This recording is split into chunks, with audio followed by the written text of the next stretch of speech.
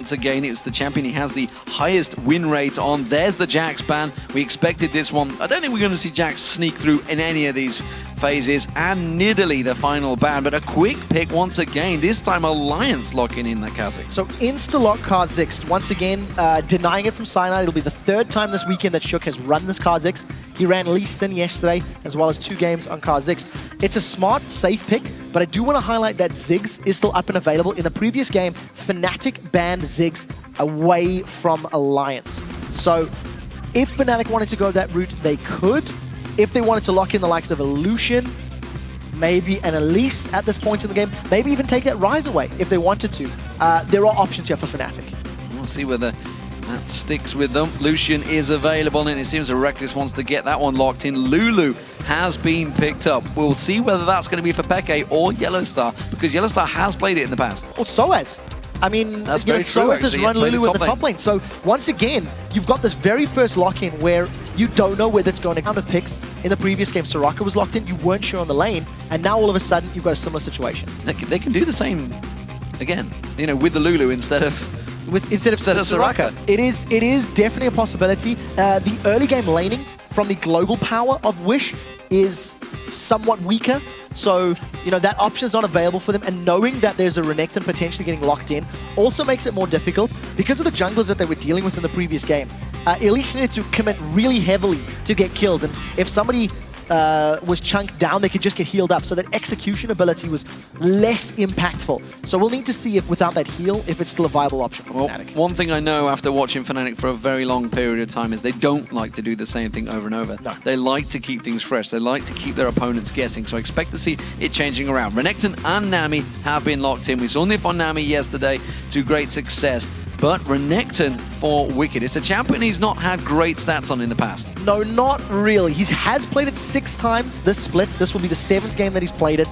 He's won 3, he's lost 3. So, you know, read into it what you will. But what I do like about the combo, when you lock him in with a Kha'Zix, you do have some good dive buddies. They can work together when jumping into a team fight. You combo that with the move speed that Nami's going to be giving them from her passive and a strong tidal wave. It also allows you to disrupt a strong team fight.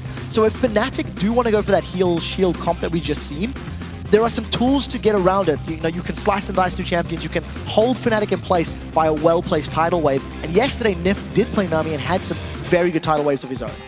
We're seeing whether Fnatic do stick with it. Janna is being hovered over. There's Elise. Could kind of be the same job, not quite as deep as Kha'Zix could dive. And there is Janna locked in. That means that Lulu is either in the top or the mid lane. I'm expecting that to be a top lane Lulu. Support Janna, from what we've just seen, it was very effective. Because of the changes to heal, removing the Ignite healing debuff.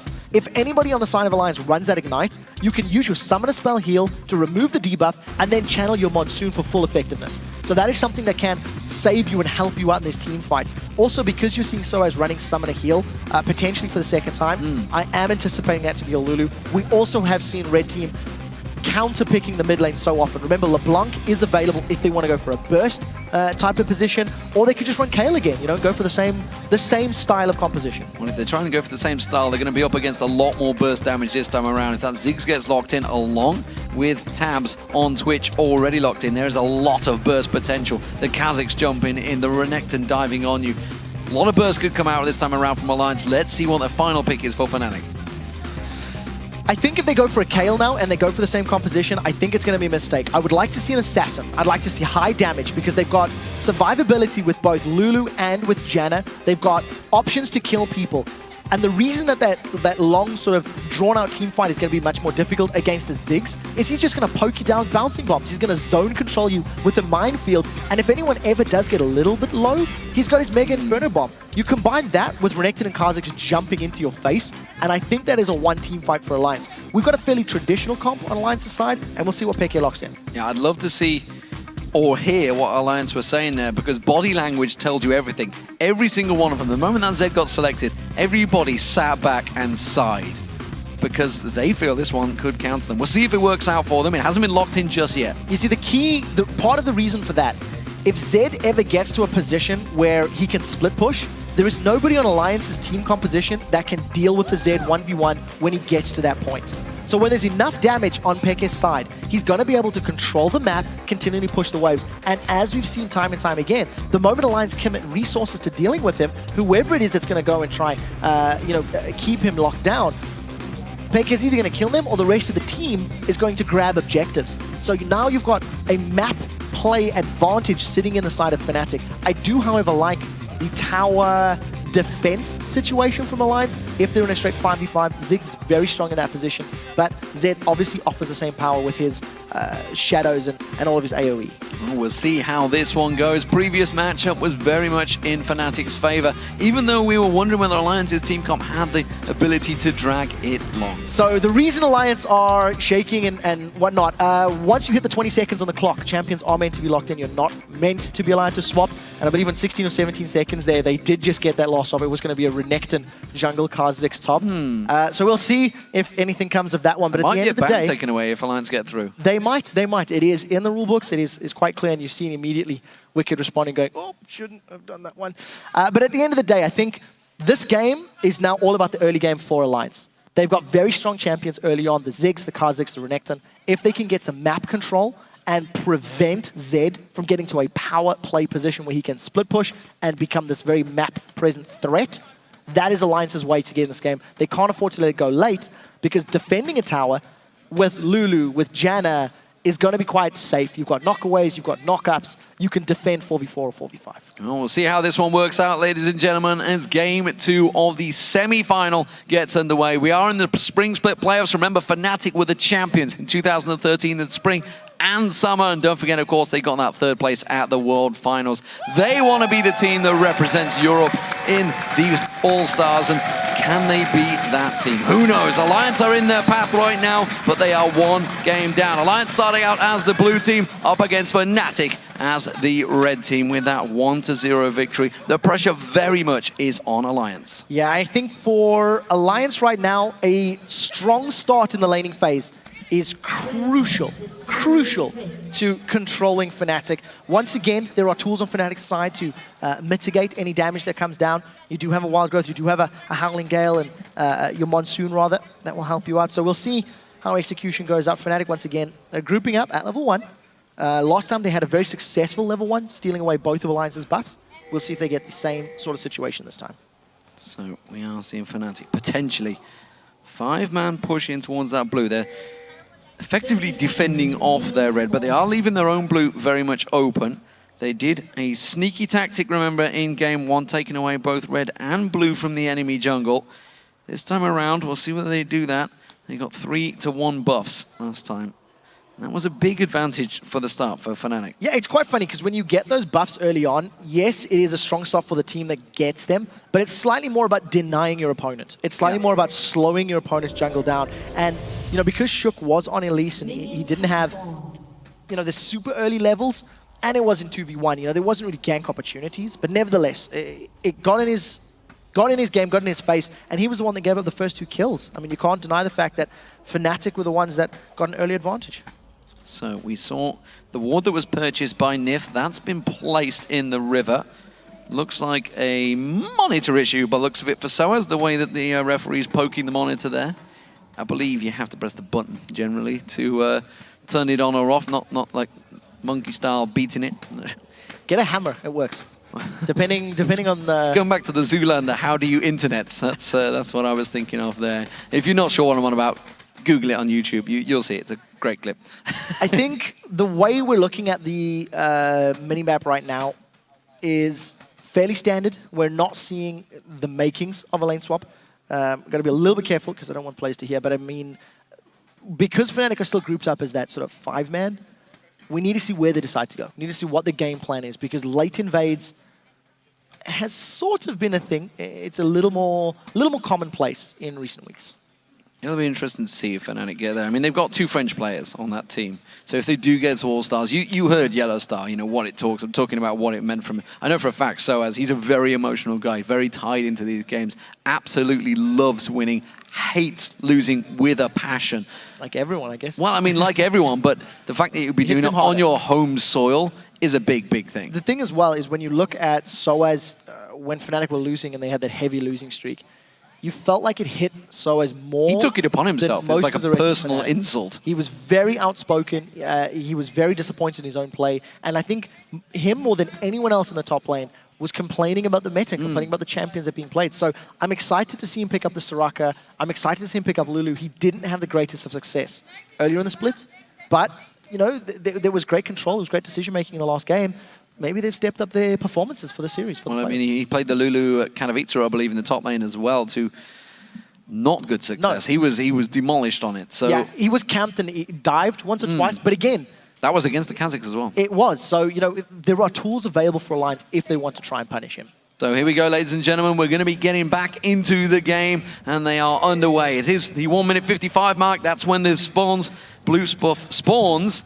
And Wickd already spotting out Fnatic there and keeping well away from this one. Doesn't want to get caught out like he was yesterday by the Copenhagen Wolves. So part of the reason that these invades are quite successful and you see teams grouping up is if you want to initiate a lane swap, you can send your duo lane with your jungler to go and invade your opponent's buff, and it ends up working in your favor. You'll notice that both Tabzz and Nyph moved all the way up to Fnatic's blue buff and placed a ward down.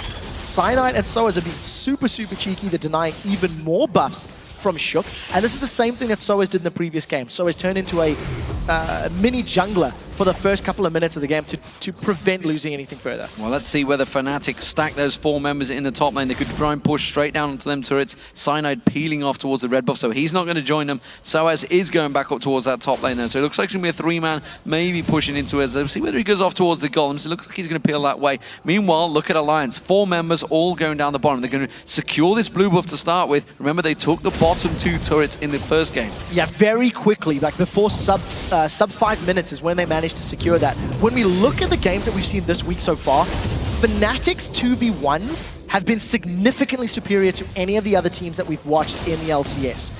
Gambit had absolutely no idea how to handle Rocket. Yesterday, we even seen Alliance falling prey to the Wolves' decision-making. Now, even though Alliance are going to get this first tower quite early on, I do feel that it should be evened out by that top lane. We'll see how quickly Rekkles and YellOwStaR can even it out. No one else from Fnatic is pushing that tower down. They're going to drive it down. sOAZ had to back off. He took the golems down. Didn't hit level 2 though, and he's actually waiting to buy. He's gone for boots in that top lane, so we're going to see how it works out for him. He's going to be trying to defend out that inner turret, but Alliance is still pushing. It's going to be 3 members of Fnatic. They're a long way from taking this turret down though, and Alliance, they're almost on the inner. I think we're going to be seeing the same situation that we've seen from the previous game, with Alliance getting 2 towers to 1.5 maybe for Fnatic. They're going to get this top tower down very shortly, and if sOAZ sticks around a little too close, he's been bubbled. He's been caught out with the Aqua Prison. Tabzz did try and follow through, got the slow down towards him. That's enough for sOAZ to back away from that one. Top turret's gone down, bottom turret about to fall. It's going to be 2-1 in favor of Alliance. Fnatic are slowly backing away from this one. We already see Cyanide recalling, which means they're not going to do a great deal more damage to that top inner turret. So it's quite interesting. Fnatic have opted to go for the jungle buff secures and lose the additional tower. In both of the games this series, Fnatic have, secured a jungle advantage by taking buffs away from Shook at the expense of losing a turret. sOAZ previously jungled a little bit more to gain some more experience, but it does look like Wickd is going to be in range of this tower to at least defend it in a moment or two, and there's not much kill threat from a Janna support lane. With that slice and dice, you should be able to get away. Yeah, he's got only a 1 level difference. This mid lane, we didn't get a chance to look at it much, but you can see Froggen has been bullying out xPeke. He expected there, he's got that range advantage early on up against this Zed, but he's going to be careful because now he knows he's not so safe. The junglers are now disappearing in towards their own jungle. They're not visible pushing those lanes, which means he's going to be a little bit cautious, as they may well be looking to jump on him. Yeah, and of course, this is the first Ziggs that I've had a chance to talk about this week. It is 4.5, so his attack range has been marginally reduced, so just a little bit less in your face, and we do see Froggen got mana. I think Cyanide, it was an opportunistic gank. At the end of the day, Froggen has exhaust, he has flash, and he had that satchel charge, so he needed to land everything perfectly, and Cyanide's just going to push the wave, get some lane tax. I think extended lanes now. Until teams start deciding to rotate for dragons or maybe for invades, we should see straight matchups. Oh, Shook's going to get some damage down on towards Cyanide. Pounces on towards him. Gets a good voice spikes. That's going to be Froggen jumping across. He's going to repel across. Gets caught by the rubber ducky and bounce straight back into the race. Has to flash away there. Good damage and good control. Froggen did burn his flash and exhaust though. Yeah, so at the end of the day, Summoner spells somewhat advantageous for Fnatic because it was one flash for a flash and an exhaust.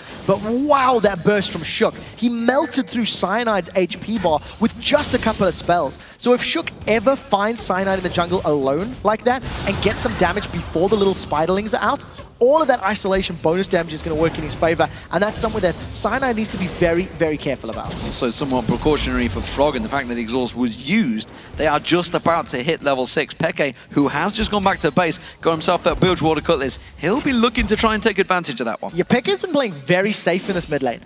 He's just picked himself up a bunch of CS, but he was about 20 down before that wave, now 12. I think it's expected. It is, of course, the lane matchup. Almost steals the big Wraith. He's got on Shook. He's going on towards it. Puts the ultimate down. Needs to get a bit more damage, though. He's not quite getting enough pop. Yes, he will. Got on towards him. Got another slice on towards him, and that was enough for the ulti to pop down. And first blood for Peke. That was great decision-making from Peke, and just unfortunate for Shook. I mean, he was going for the Wraith camp, and there's very little that you can do against that. Instant reactions from Peke. He just hopped straight over the wall, had more than enough damage to grab the kill, and ends up once again securing first blood on Shook in the semifinals. Absolutely fantastic stuff. So Tabzz in this bottom lane, all very equal against Rekkles. We'll see how this Twitch turns against this Lucian. Lucian, of course, being a very successful champion so far in the playoffs. Yeah, it has been very successful. It's one of the trifecta AD carries. And I think if you take a step back and look at your minimap, once again, Fnatic have got superior vision in the early game. I talked about in the last game and how many wards Fnatic buys as a whole, and etc., etc. The river and the entrances to the red and the blue buff sides of Alliance's jungle are littered with Fnatic wards. So this is a great position for Fnatic. The moment Shook stepped across that ward, he was instantly pinged by Fnatic. So they've got a lot of information to work with, and that is a testament to the fact that Rekkles and YellOwStaR playing so aggressive in this bottom lane. Oh, Aqua Prison's going to land, but Tabzz is not having any of that. Though they realize that it's going to be Cyanide coming down. sOAZ is coming around the side. Glitterland's available, catches on towards Nyph. He's in all sorts of trouble. The Cocoon lands. Wild Growth being used. They want a double kill here. They're going for Tabzz. sOAZ tanks up the turret. The Howling Gale does not quite land. sOAZ is taking a few too many tower hits. And with Shook nearby, they back away, but it could be a dragon. Yeah, they don't have the Wild Growth, so keep that in mind. If anybody from Alliance wants to challenge, the Mega Inferno Bomb is available from Froggen, and there is vision in the pit. So if they group up, that could be a steal opportunity. It looks like Alliance want a taste of this one, but it would be a 3v4. Fnatic wisely, I think, back away. They didn't want to run the risk of being confined and hit by that large AoE damage. Yeah, so as a very juicy target there. Mega Inferno Bomb, jumping, unseen threat from Kha'Zix, pouncing on towards him. And don't forget, Twitch was there as well, so he would have put some damage down.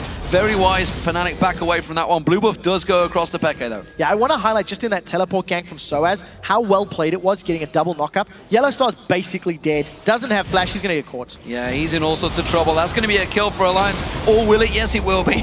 No doubt about that one. Shook's the one that Alliance picks Dragon. it up, and that is going to be an Alliance Dragon.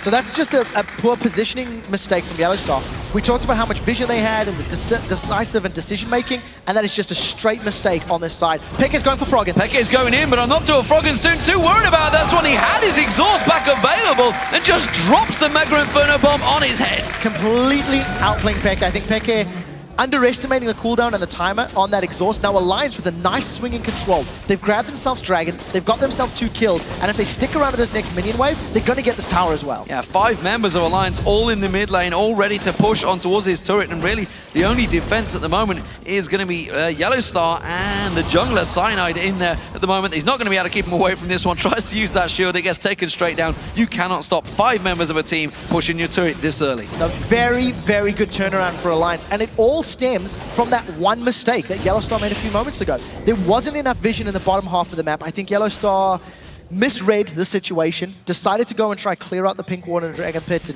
and get some vision down himself. From him going down, Alliance have grabbed themselves a 2,000 gold lead. They've opened up the entire bottom half of Fnatic's map. If Alliance ever want to contest a blue buff, they've no tower for Fnatic to fall back on in that bottom half of the map. So it's a very smart play, and we talked about how important this laning phase is for Alliance. Their champions have the ability to get ahead early, and they're busy making it work. Well, it's a 20 CS advantage for Froggen. There is a disadvantage in the bottom lane. Rekkles is doing a great job farming. No surprises there. The All-Star #1 vote, and honestly, the Phenom coming into this one, we wondered how he'd handle the pressure coming into the LCS. He certainly did fantastic, getting MVP in that Super Week. Shook taken very low by the blue buff there, but he didn't give that blue buff across to Froggen. No, not this time round. Froggen does have about a third of the cooldown on his blue himself, but I want to touch on that in the previous game. Because of the focus from Alliance to get towers, it also cost Tabzz CS. This is 2 games in a row where he's been behind at CS at the 10-minute mark. And, you know, Rekkles did a pretty good job. YellOwStaR and Rekkles have now found themselves on the bottom turret. Cyanide snuck by, but if you look at the positioning, Shook is aware of it. So I think it's going to be a little bit difficult if they're looking for a dive. Some great pressure in this mid lane, but sOAZ is going to come in there. Got some good minefield down there. Already used the satchel charge, remember. Now he's going to use the Mega Inferno bomb on himself, but this time the wild growth should be enough to take him down. Now in the bottom lane, Tabzz getting dived on. Cyanide putting the damage down, followed on by Rekkles. Rekkles trying to pull some punishment onto the tower. Cyanide could pounce on towards him. Shook's going to come around as well. Can he get on towards Rekkles? No, he plays it safe. The sides against it. So 2 quick kills for Fnatic in the mid lane. xPeke and sOAZ just outplaying Froggen. A 2v1 setup with that wild growth. You see Wickd, that's quite aggressive. He's flashed. He's flashed on towards it and forced xPeke to flash away. And you got to wonder in the last fight, was that a miscommunication? Did the top laner Wickd not communicate and say, hey, buddy, my top laner is completely missing right now? Yes, I think so. If you look at the vision, you know, sOAZ walked all the way down. Oh, they're looking for Nyph. Oh, they're going to repel in there. Cyanide gets the cocoon out. He does manage to get his wave out. His ultimate was enough. He got the heal on himself. Nicely done, Nyph there. Just steps away. Very confident play there. Had flash available, didn't use it. Yeah, quite smart. Even though Rekkles actually stepped out of the way of that tidal wave, because the other 2 members were slowed down and the damage couldn't be applied, he managed to get away with his life. I want to touch on the build from Wickd a moment ago. He is dealing with sOAZ in that top lane. He's gone for a Bilgewater Cutlass as his first pickup. And traditionally, we see aggressive Renekton's go for the Hydra into Tiamat build. The fact that he's going for the makings of a Blade of the Ruined King, this could be a testament that he maybe wants to fight xPeke for a little bit longer, have some more upfront damage, more on hit, etc. Less so about split pushing. And also, if he does get to Rekkles on the back line, it's a little bit more kill threat. I mean, you know, Tiamat and Blade, they're obviously going to do a lot of damage. But I just think the sticking power of the slow is going to benefit a little more when you're trying to hunt somebody down as a Renekton than the splash damage of that Tiamat. Well, at the moment, we are seeing this bottom lane once again. Junglers moving towards it, but we're going to see Cyanide spotted out by that pink ward. We have got Shook sneaking in. Unseen so far, but there is a ward in the river. He's going to get spotted. Ooh. Did that just run out? I think they spotted him. It ran out just as he walked towards it. That was just unlucky timing by Shook there. Yeah, a little unfortunate. Cyanide and Shook, once again, sort of reading a similar situation. They want to gank on the bottom line. And it does look up in the top lane. sOAZ, he's actually flashed in there for Wickd. He's going for it. He's going for it. xPeke is caught. Mega Inferno bomb catches on towards him. There's the exhaust. One more bomb. He has to be accurate with it. Well, it was in his face. There was no doubt about it. Meanwhile, in the top lane, sOAZ took down Wickd solo. Yeah, trading just 1-for-1. That's actually a very interesting matchup. Froggen has definitely played this Ziggs into Zed matchup before. He's still winning on CS, and every time xPeke has picked a fight, I actually think Froggen is outplaying xPeke more than the other way around. Froggen is using his exhaust effectively, as is expected in this meta, considering the change. Now, sOAZ does have wild growth, and look at the damage from that health picks. He's just going to run Wickd down. I mean, Glitter Lance is not going to let you get away. The minion wave as well was doing a hell of a lot to him, and he just gets caught down there. sOAZ continues on. Glitter Lance, no problem there. Even got the exhaust. He even got the exhaust. Oh, very close. Had to force the wild growth out, though. But that ultimate's on a very quick cooldown. It is on a very quick cooldown, and considering the changes to exhaust, it reduces attack speed by a smaller amount. It used to be 50%, now it's 30%. But the most important thing is damage reduced is down to 50% now. So against assassins like your Zeds, it is much more effective. And it's something that I know when Deficio and I were talking about it upstairs, he's a fervent believer that exhaust is such a hard counter to assassins. And it's working in Froggen's favor. Every time xPeke has jumped in, that exhaust has been very useful, and it's only when xPeke has had the support of sOAZ that he's been able to actually 1v1 him. And it's always a ticking time bomb for a Zed, a case of when the Zhonya's hourglasses get built, when those Guardian Angels come in, when even the cleansing, the QSS maybe get picked up by Tabzz. So on that note, xPeke is going to start transitioning to the map presence, the map play. You'll notice xPeke's already gone to start pushing that top lane. Alliance have got timer and control of the dragon, thanks to very good vision, and Fnatic are nowhere near this one. This is going to be uncontested, and another dragon for Alliance. Yeah, because xPeke has gone towards that top lane. He wants to start pushing in. They've already moved into the split push mode. That's what they need. And we'll see what Alliance do, whether they try and counter this one, whether they try and three-man stack. At the moment they are. Remember, they put pressure on towards that bottom turret very early on and took it down. So this duo lane pairing of Rekkles and YellOwStaR are quite far off unguarded territory. Well, Wickd is going to stop xPeke in his tracks. That turret will be safe for now. I'm hoping this matchup sticks for a little bit longer. I'd like to see how Wickd deals with Zed. He's got he's got a little bit of additional MR, which isn't going to help him against Zed right now, and he's gone for that Bilgewater Cutlass. So it's an interesting itemization on the side of Wickd. Because he's picked up that MR, you could start theorizing, well, maybe sOAZ made the call to switch. Hey, he's itemized against me, so xPeke, why don't you go try pick on him, try find some kills, and we'll see how they work it out. xPeke is just waiting off the side. He wants to get Froggen. The moment this blue buff goes on towards him, he's looking to go towards him. He's going to wait. He's going to play it dangerous game, and he realized, of course, that the fact that Tabzz and Nyph were nearby is not going to go for it. Alliance, they're four-man stacking. They may get closed in on, but they're going to push the mid-turret. I think Fnatic want to try and surround them. You'll notice YellOwStaR still hanging around the sideline. They do not have Rekkles with them. There is a number of Fnatic pings on this mid lane, but this is going to break out to a 4v4. Teleport is available, so he's not going to need it. xPeke, he's going to look for a target. He's going to dive on towards him, but he may get caught out here. There's no exhaust available. There it is, just come back off cooldown the second they go for it. The wave gets caught down there. YellOwStaR with that Monsoon, just enough to keep them at bay. A lot of damage, though, from Alliance. And remember, Wickd wasn't even involved in that fight yet. He's making his way down now. Rekkles still has summon a heal. We'll see if it's effective. There goes Wickd, flashes on, catches out Cyanide, Shock pounces on it, and Wickd gets himself a kill. There's five-man pushing towards this inner turret now. The minion wave is not with them. They're going to have to tank it out if they want to go for it. That was fantastic play from Wickd. He flashed directly over the cocoon, managed to land the stun onto Cyanide. Now the minions are not with Alliance just yet. They need to buy a little bit of time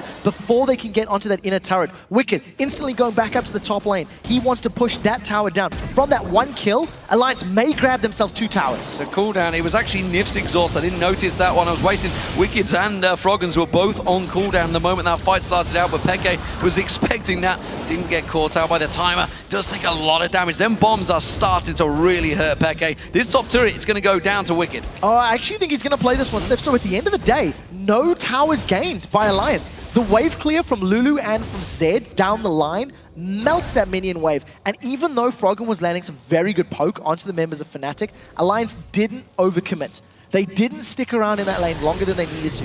The chase potential from Fnatic is actually very high, with the slows from the Glitter Lance, the slow from Janna, plus a knockup. Had they stuck around, had they bit off more than they could chew, Fnatic could have turned it around on them. So at the end of the day, Alliance grabbed just a single kill and some damage on both of those turrets, but they are in a good position. They're still holding on to that lead. Yeah, it has drawn Rekkles away from the AD farm for a short period of time. You can see he's a long way ahead of Tabzz, but Tabzz himself has been trying to get involved. Mega Inferno Bomb thrown to the blue. It is not there. No, not this time round. Not the end of the world. He's got his blue buff on himself. Does have that Athena's Holy Grail for some cooldown reduction, so Froggen doing well for himself. 2-1-2, I think he's still farming very well. He's extended that lead over xPeke. And you'll notice how Fnatic have transitioned their vision control to very defensive now. Because they've lost 3 towers themselves and Alliance have been playing very, very aggressive, all of Fnatic's wards are now to mitigate the risk of being flanked or being caught out. So I think it's quite smart play from them. But again, we're just waiting for this point where xPeke can pull threat towards him. And once Alliance show their hand trying to shut xPeke's side lane push down, all of a sudden I'm expecting Fnatic to try to explode on that middle inner turret. Well, xPeke is going to keep on pushing. He's got Tabzz and Shook closing around him here. Spray and pray was not used. Actually, yes, he was. He pulled it at the end there. Very early usage by Tabzz. They wanted to try and catch Tabzz out. Wanted to hope that xPeke would go aggressive, using a pink ward to make sure he doesn't get snuck up on by Tabzz. Yeah, I think for xPeke, if he gets into one-on-one with Tabzz, Tabzz will die. And Shook and Tabzz need to really jump on him super, super quickly to get a kill. we do see that YellOwStar's going from the silence. This is going to be 2-1-2, and they're going in. Stealth, comes in towards him. Wickd joins the fight. Peke quickly gets straight out of it. Tabzz not carrying down him. The Void Spikes do land. That's going to slow him down. The rest of Alliance are closing in. They're coming down the river. Peke's running straight towards them. Headlong in towards Froggen. YellOwStaR getting caught out. Peke's in no man's land, waiting for his living shadow to come back up to try and get away from this one. YellOwStaR caught out. Shook goes down. Back up towards Froggen. Froggen trying to recall. Nobody's gone into the bush. Everybody's left him alone. He's got out of there. So cheeky, he gets away. Now, we talked about this. The moment Alliance commit resources to going for Peke, Fnatic pick up a tower. I thought it might have been mid. It was, in fact, top lane, and that is exactly what Fnatic will be doing. Alliance still haven't responded necessarily. They're pushing bottom lane, while the rest of Fnatic are now on the Nyph turret. This is an AD carry and a top laner pushing on. They got a lot of damage on that turret already, and that next wave is coming in. Froggen finally reacting. That Mega Inferno Bomb doing wonders. But look at Alliance. They're trying to take that advantage. They're trying to push the top. And because the wave clear from both Zed and Lulu is so incredibly strong, if they can time it correctly, it's going to take a big committed investment from Alliance to get onto Fnatic's towers. It's why Alliance have struggled to get these next few towers taken down in the last few minutes. The wave clear is very strong. I do think that Fnatic are just going to try rinse and repeat the same process. Every time Alliance try to stop that split push and stop Peke from farming, they're just going to try pull a trigger and go for an objective. Dragons respawning. Again, I'm not expecting any sort of contest now. Alliance have got better positioning, better vision control, and are better groups. Yeah, they're going to be all over that one. It's another dragon for Alliance, and that keeps the gold in their favor. Still very close. Peke coming in to see if he can try and maybe force a flash out, but both of Alliance's Shook and Wickd have the ability to move through those walls. So, what are Fnatic going to do? The pressure on them this time around. They do still have that 1-0 advantage, and as you say, they're going to push for that mid tower. Froggen doesn't have Mega Inferno Bomb. They've just been caught napping here. Yeah, they really have. Froggen struggling with his own blue buff. sOAZ is about to find out.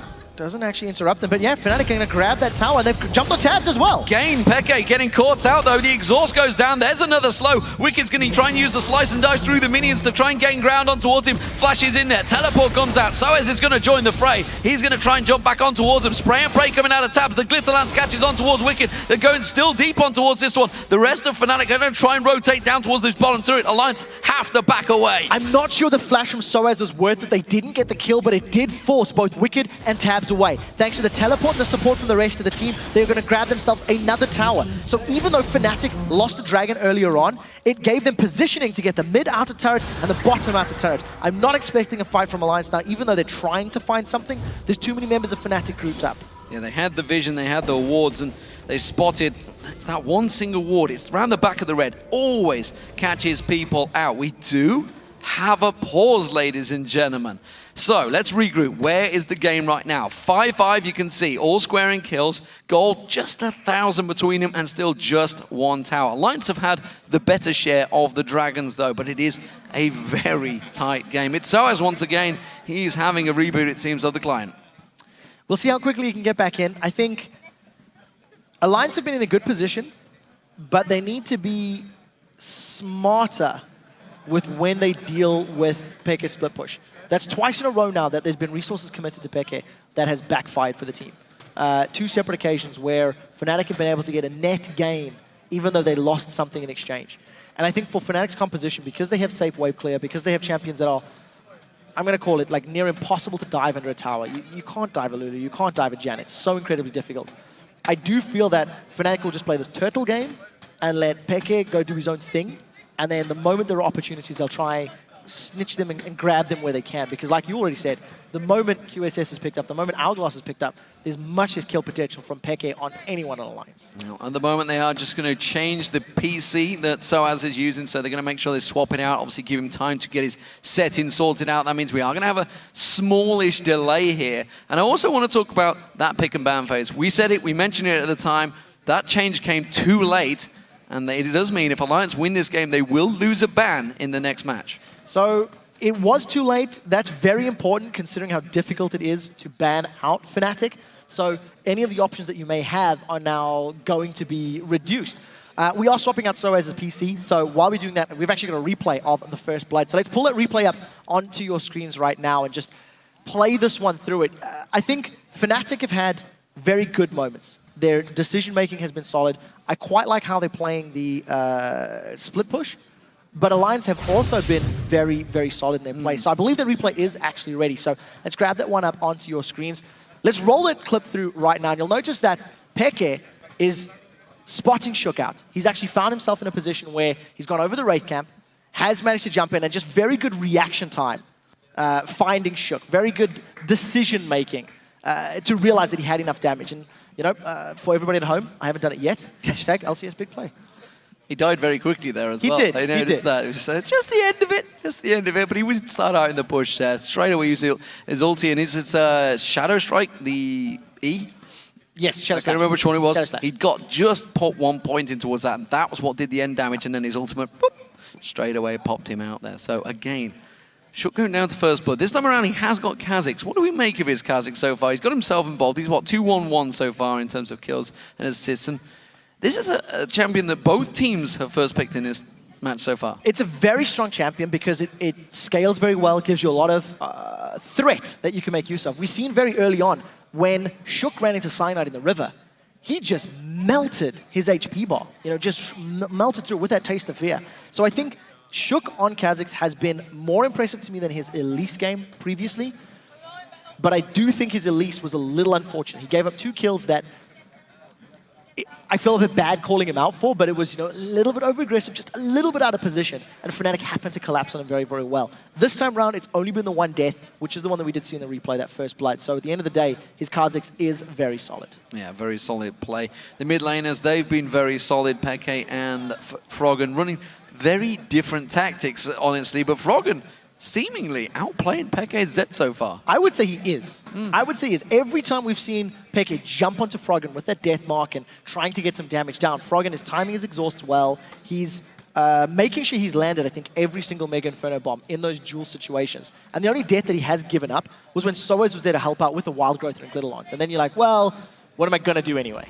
Well, we are back into the game, ladies and gentlemen. sOAZ back loaded and going aggressive straight away. Glitterlance is catching Wickd out. Wild Growth popping him in the air. xPeke comes in with the damage. Wickd is in all sorts of trouble trying to get back to the turret. One more hit from sOAZ takes him down. A lot of time. Now here comes Shook on sOAZ. Shook trying to catch on towards him. Remember that Wild Growth not available. Pounces in there. One more hit from that unseen threat. The Mega Inferno bomb going on towards xPeke. xPeke taken low. He's going to get dealt with by Ziggs. And anyway, Shook going to get jumped in there. He doesn't care. He's not got minions with him. He doesn't happen though. He's going to go try and get juked around, but it's very hard to keep Shook away from him. He's going to have the leap available in around about 7 seconds time. He's going to give up on it though. While all of that was going on, the rest of Fnatic were barreling down the mid lane. They were trying to get some presence on the tower. It didn't work out in their favor. xPeke is like a ninja playing the ninja. He did it at Intel Extreme Masters World Championships by juking everyone on Cloud9, getting away. He did it here again now. Tabzz does secure the top lane tower as YellOwStaR is going to get himself some experience as Rekkles gets all the gold. Well, an explosive return back to the game there. They must have been sat thinking about that one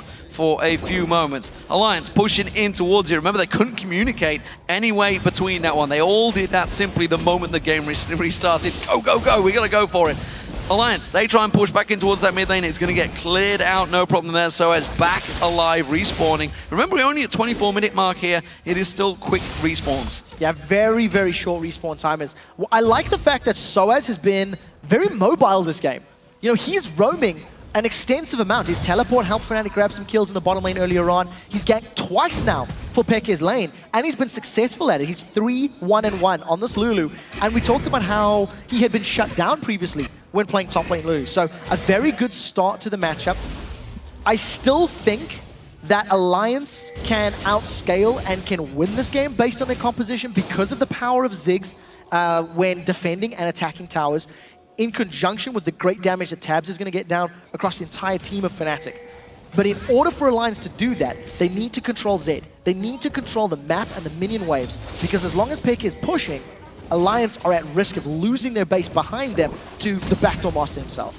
Froggen is starting to build up quite a lot of damage right now. Ravenous Death Cup completed along with that Void Staff and of course the Athene's and Holy Grail, which is almost the bog standard start item for Ziggs. xPeke laying in wait, this time to go for Wickd, but Wickd with that Warden's Mail and of course those boots, he will be able to get away from xPeke quite quickly. Shook was already making a move down towards that bottom lane though, just in case. Yeah, so Wickd is definitely showing a tendency towards these boots of mobility, boots of swiftness rather. Boots of swiftness, That's the word I'm looking for. it's going to reduce the effectiveness of the slows, which I actually think, again, is fairly smart. Lulu slow, Zed slow, Janna slow. So Merc Treads may not have been the best option in that scenario. It is a little different, and I also like it again because it allows him to get to the backline. If Fnatic are ever grouped up as a unit, and Wickd, with the Blade of the Rune King and the increased movement speed thanks to those Swiftness boots, he's going to get in Rekkles' face very quickly and very early on. So we'll see if Wickd can make that work, because we're starting to, get to the makings of late game. Deathcap, Void Staff, and Athena's Unholy Grail has been secured for Froggen, so he is hurting a lot with those bombs. Well, that pink buff is going to get defended, I feel. YellOwStaR's not going to get some timing. Gets caught out with the rubber ducky. Eats a bomb as well. That was undoubtedly easy stuff there for Froggen to just keep YellOwStaR away from that one. Remember, Dragon's up in a minute. That's why they're protecting this one right now. Yeah, and this time round, it looks like Fnatic want to battle for Dragon. They've got timer. They appear to be positioning a little more tight and knit in that mid lane. They have backed off to heal and pick up some items. I'd like to see YellOwStaR picking up boots, because he didn't go boots for a very long time in that last game. I don't even think he actually purchased them at all. And that, to me, is a little riskier when you've got Ziggs bombs that you need to dance around and dodge. Interesting conversation. I'd like to have heard what sOAZ was saying to his team, because he was definitely moving to go for that gank and then quickly backed away against Tabzz there. Remember, he's got that Rabadon's Death Cap now completed. He would have gone very close to Tabzz. Tabzz is actually fairly underfarmed in comparison to Rekkles. Yeah, there's a very, very big disparity. Because of the presence that Fnatic have had in the side lanes and pushing it down, Tabzz has not been left alone. Tabzz cannot run the risk of farming by himself deep, because xPeke is going to blow him up. So because of that added kill threat and presence that he needs to worry about, he's fallen behind. Now, we talked about how Fnatic wanted to challenge for this Dragon, but a minute ago it all started in that middle lane. Fnatic have got good vision, so they're going to be aware of Alliance moving in, but Alliance are denying it thanks to those sweeping lenses. There are 3 on the side of Alliance. If a fight were to break out, in order for Fnatic to win, xPeke is going to blow somebody up quickly, ideally Froggen or Tabzz. In order for Alliance to win, they're looking for poke. And Alliance are looking to, use those bouncing bombs. Fnatic, they're going to split push instead. Yeah, they backed away from this one. xPeke goes straight down towards it, keeps those minions on towards the tower. And actually, Wickd kind of responding, realized that he's backed away from it. The calls come out, Alliance want to push him towards his mid-turret. Yeah, and I think they should be able to get it if they tank the tower hits. The minion wave has been melted, but look how quickly Tabzz is burning through that turret. We do see xPeke coming in from behind. He knows that he can't be spotted. He's sitting, there's no ward here, but he needs to cross a few wards to get to Alliance. So there's going to be a very small window of opportunity for Alliance to take advantage of that information. Minion wave is on the turret. It's going to take a couple more hits. That shield's not going to be enough. They're going to take this turret down. They're going to get kept away. xPeke going to come around them. The rest of the team trying to close in there. But this is dangerous times for xPeke. xPeke is going to get closed in upon. He gets jumped in, pounced down. Ultimate used, but he just gets wrecked by Alliance. Yeah, Shook and the rest of Alliance, we talked about that window of opportunity. They completely took advantage of it. Fnatic were not close enough to respond. xPeke just got blown up, and this could result in inhibitor turrets. YellOwStaR getting bullied out by Froggen here. Throws out those mines, keeps him away there. sOAZ needs to be careful. Tabzz is on him. The slow goes down. The exhaust gets scoozed, but he has to flash out of the danger. Ward gets quickly placed across there, and the bombs continue to rain onto in towards them. Alliance pushing on towards the inhibitor turret. They may have enough to take this one through. Froggen taking a big burst of that culling. All of the damage coming out towards him. That's going to signal the retreat for Alliance. Very, very good defense in a 4v5 scenario. Alliance peeled away to try and zone sOAZ out, and yes, they got his flash. But I think if they committed to the tower a little bit earlier and forced sOAZ to run the long way around, that could have bought them a couple extra seconds to get some damage down on the tower. Regardless, they managed to get the inner turret, they killed xPeke, and they've got themselves a dragon. While all that's going on, they also defended their bottom inner turret. xPeke was trying to peel back to apply pressure on that, and it didn't work out. Cocoon being thrown towards Wickd, very tight there, but does back away. Alliance are actually fairly low on mana. They're not going to get bullied out from this one, though. They are sticking around. xPeke shows himself in the top lane, so they know they're not too fearful. Catching on towards sOAZ once again. The flash comes out. Wild Growth had to be used. The poison tick not enough. And sOAZ lives to fight again. That's one of the things I love to see when you have I was going to say a Tabzz, when you have a Twitch on your team. Every Switch I've seen in the last week or two of games has used that ambush stealth very, very effectively when comboed with a burst from the rest of his team. Sneaks up on you, gets a whole bunch of damage and spray and pray. If he eventually goes towards a Blade of the Rune King, can slow you down with that as well, and then just instantly deletes you from the map. Unfortunately, because sOAZ had Wild Growth, that saved his life. But well played, and Tabzz trying to find his way back in. He's still 100 CS down. You can't deny that is an immense amount of gold. It is a big chunk of gold. You can see it on the screen though, because of the global objectives, the 4 dragons that actually Alliance have picked up. It looks big in items, but he's actually only about 700 gold behind. Yeah, you are right. Because of the great dragon control Alliance have secured, this is working in their favor. Now, I want to remind you of the stat that we delivered just as the game was starting up. In every game Fnatic have got a Baron, they have a 100% win ratio when they've secured Barons. I'm not sure if that's stolen Barons or safely secured Barons, but fact remains. As we get later into the game, Baron is now going to be the objective that teams dance around. Baron is going to be very crucial, especially when you consider how much damage Kha'Zix, a damaged Renekton, and a Twitch have. I think they could burn through that Baron Nashor rather very quickly.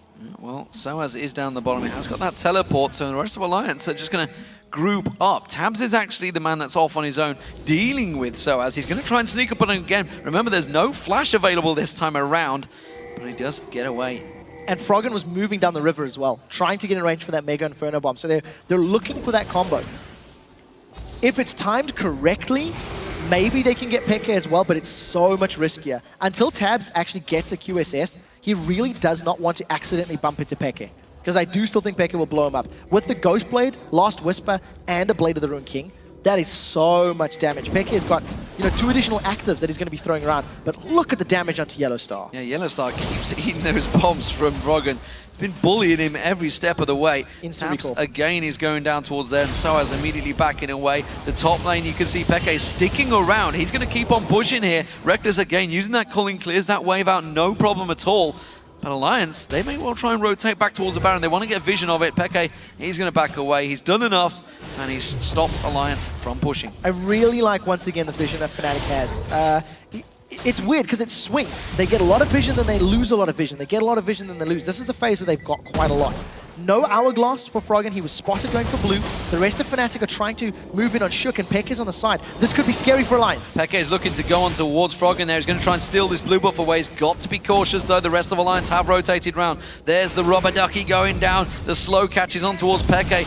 The rest of Fnatic getting close by. That Aqua Prison will not land. Tabzz is actually moving up towards there. They're actually on the Baron right now. I'm not sure where they've started off. They have, and Fnatic have got himself position here. Alliance are a long way from this one. They have no vision. This is very confident play. Fnatic feel they've got the vision advantage. Remember that Froggen does have the Mega Inferno Bomb. YellOwStaR just playing a zoning game. Baron down. Gone. Baron down. Mega Inferno Bomb comes out. They're going to try and catch on towards him. Peke's going to have to turn aggressive on this one. Living Shadow's already being used. He has to go in towards it. Wickd take him down there. The damage still coming out. They're trying to put damage across towards him. So much coming out from Fnatic there. That rubber ducky was vital. It stopped Fnatic in their tracks. They're going to cancel. They're not going to keep on pushing. Oh, they're calling. It's going to come in towards her. Rekkles going full on balls deep straight onto this one. Tabzz going to get caught out. He's going to use on towards Rekkles. Has he got enough damage down? The cleanse comes out. Tabzz cannot take him down. He got exhausted.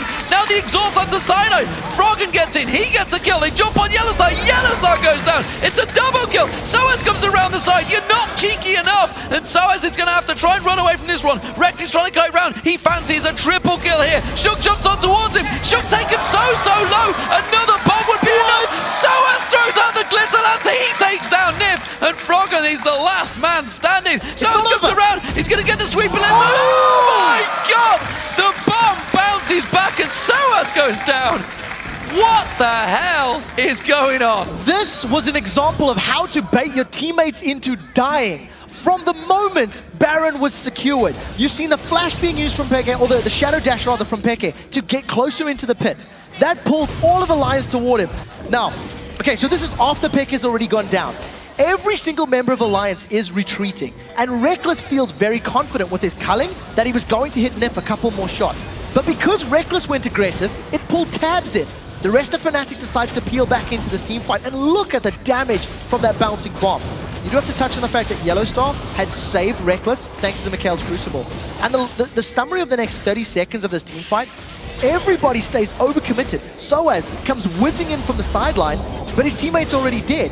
Now from the exhaust, it was like, okay, well this is a lot of damage in sOAZ, let's stick around. Rekkles is going to sneak himself in and find a kill into Shook, because Shook's like, hey, I've got support, I can pop him. Nope, not this time.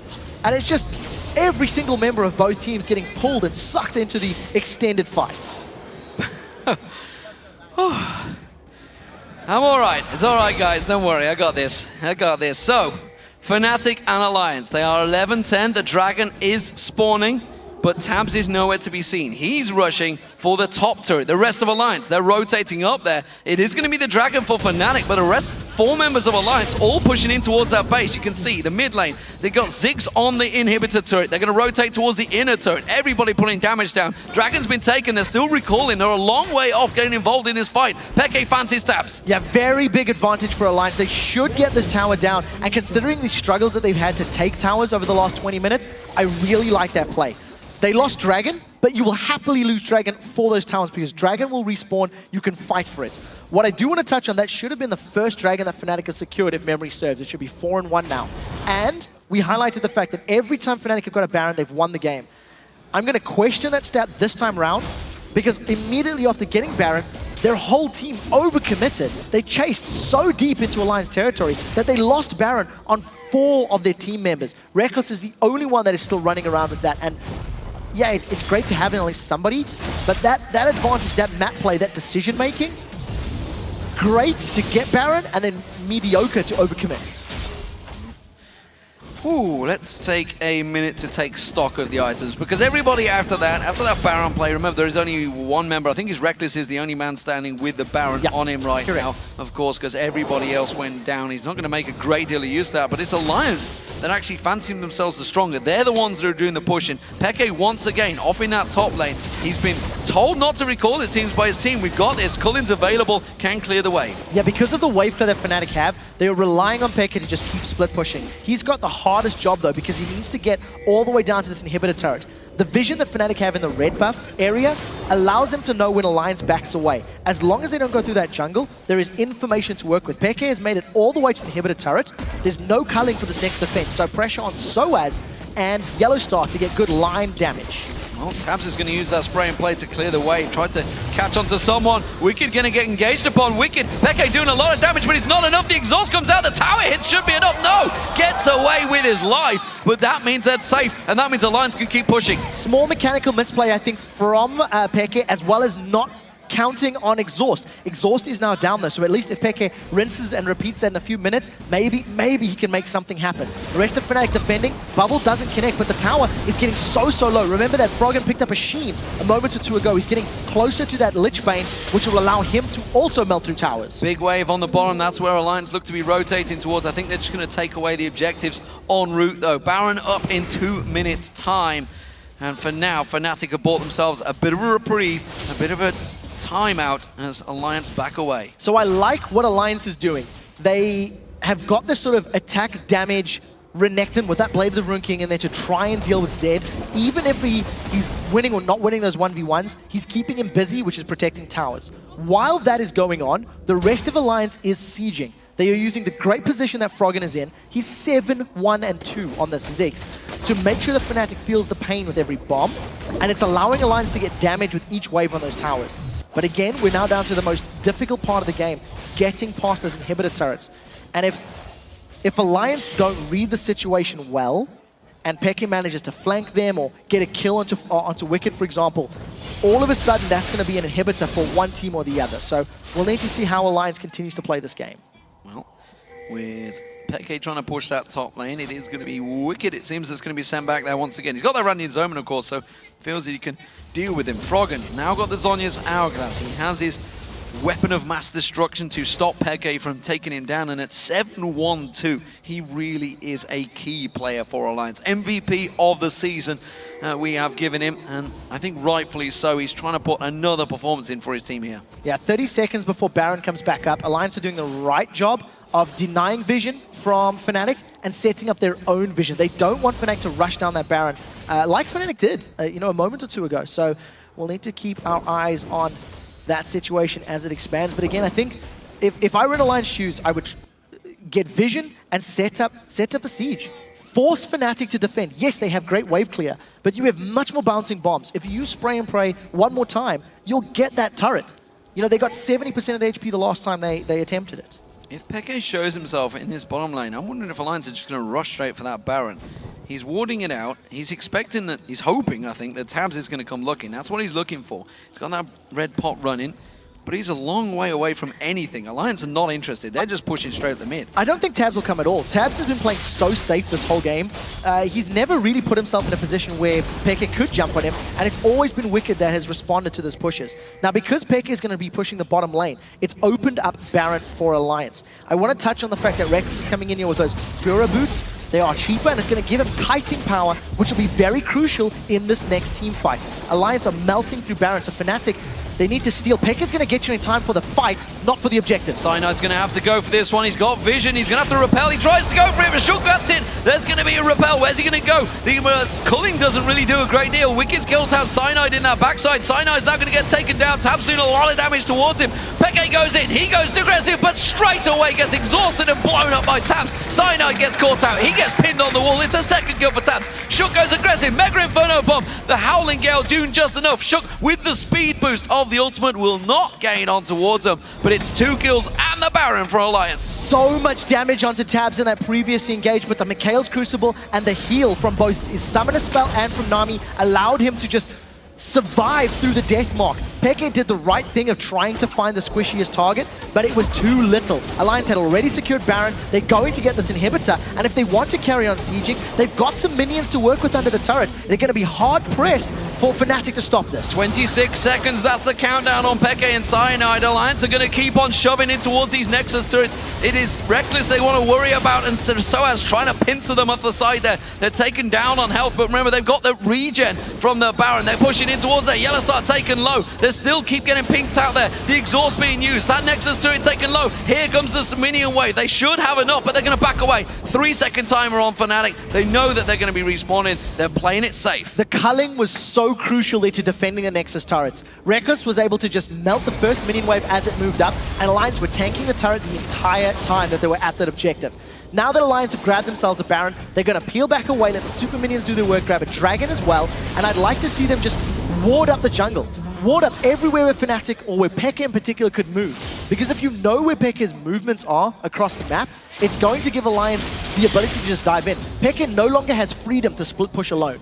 Because if it takes him 7 or 8 seconds to recall back to base before he can contribute meaningfully to a team fight, Alliance have a 5v4 where they can go for Nexus turrets or a second inhibitor. And now, of course, Wickd with that Thorn Mail. He's happy to go 1v1 with that guy, I feel. But it doesn't seem he's going to be given that opportunity. So, Alliance in the driving seat right now. Still only a 3,000 gold advantage for Alliance. But with that Baron buff, with the seemingly big advantage they have in the team fights right now, they're going to be very confident. They're going to be looking to push. I'm very impressed with how Alliance have played this game so far. They've played it very safe. They haven't overextended. I think every time xPeke has looked for an opportunity, he pulled some resources towards him early on in the game, but not necessarily the greatest amount. xPeke cancels his recall, but there are so many members of Alliance nearby, he immediately decides to back away. So minions, both the bottom and top wave, in favor of Alliance. If that big minion wave gets to the inhibitor turret, Alliance are going to be able to siege both the top and the bottom lane at will. Whichever they feel is more juicy a target, they're going to go for it. Well, for a moment there, I wasn't sure whether Fnatic were going to try and set one of those baits, the likes of what Froggen puts down the Satchel Charge on the Shadow, just in case.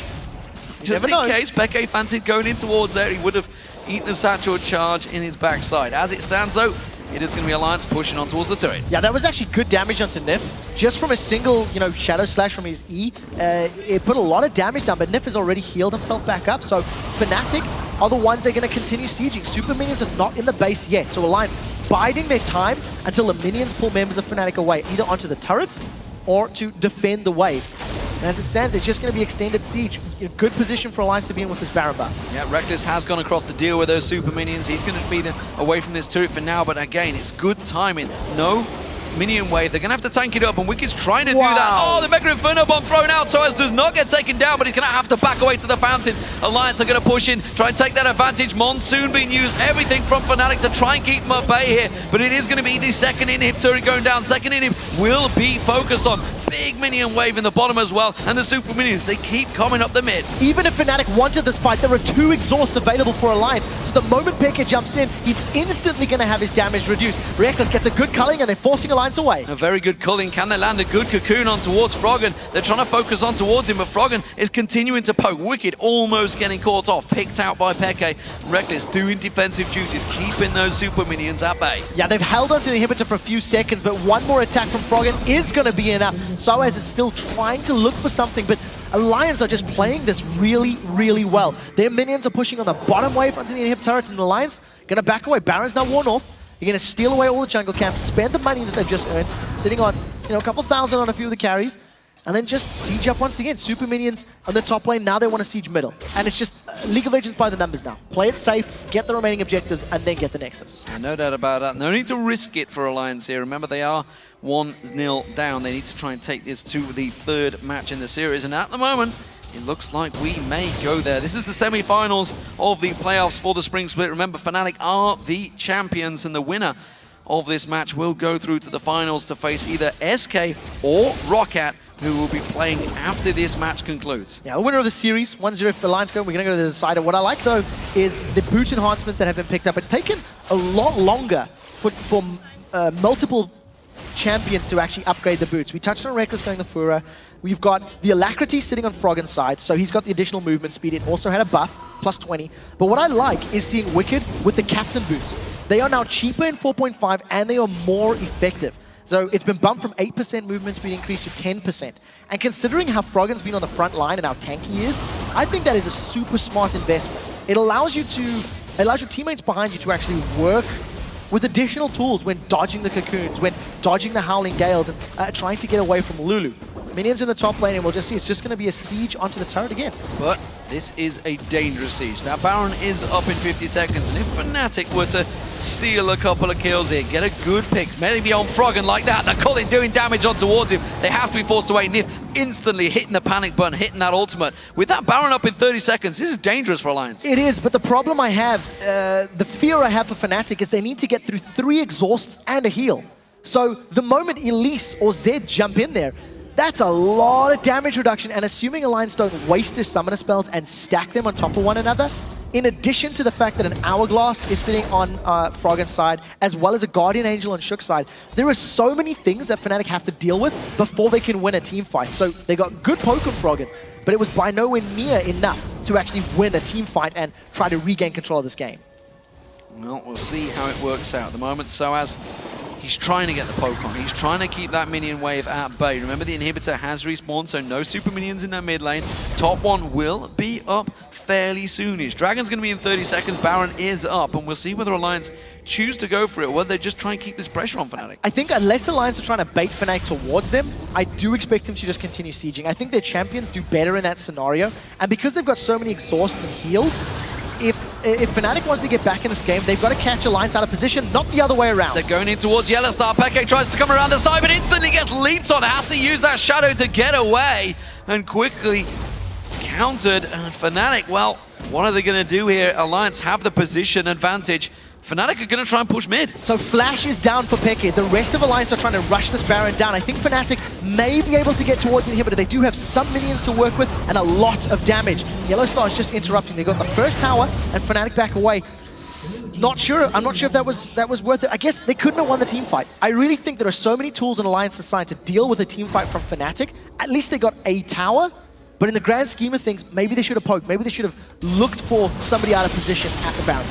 I wonder whether they're going to fight at the inhibs or whether they're going to just hold off, accept the damage, accept the fate that this inhibitor will go down, and make sure they keep to the safety of those Nexus turrets. The Culling comes out, catches a lot of damage on Tabzz, but again, Mikhails comes out, keeps him safe. Yeah, so Tabzz actually used his Quicksilver Sash, and we did see a heal coming down from the Summoner heal. Mikhails is still available if the fight were to break out. That's a good cocoon on Wickd for good poke. Good damage going down on towards him. Mega Inferno Bomb, quick reacting. Shook's taken low. xPeke goes in. It's Tabzz he's focusing on towards, and he's going to get the rest of the team. Tabzz out of position. xPeke goes down as well, though. Shook still stealth out the side there. Jumps on towards Rekkles. sOAZ gets caught out. He goes down. Froggen's the one that keeps to the kill. Shook taking all the damage. He's got the Guardian Angel available. The bombs ricochet through. Rekkles one-on-one with Froggen. Sonya's Hourglass comes in. Shook gets in there. Cleanup duty is done by Alliance, and it seems they will be going to Game 3, ladies and gentlemen. Alliance will take down Fnatic here finally in this semi-final matchup. It has been good control. Cyanide is not done yet. He's desperately trying to hang on for his team, but the Nexus will fall